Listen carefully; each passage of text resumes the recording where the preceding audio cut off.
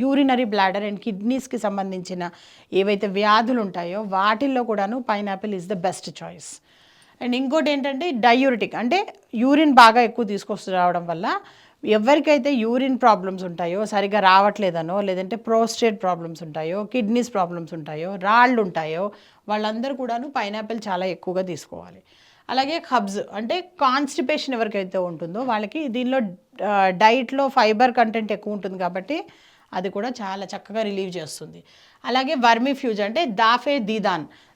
దీదాన్ అంటే intestinal worms ఎవరికైతే ఉంటాయో, అంటే ముఖ్యంగా చిన్నపిల్లల్లో ఎవరికైతే ఇంటెస్టినల్ వామ్స్ ఉంటాయో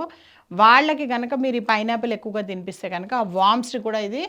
చంపేయడం చేస్తూ ఉంటుంది అనమాట. అలాగే నాజియా, వామిటింగ్, కనుక బయటికి కదులుతున్నారు అంటే కనుక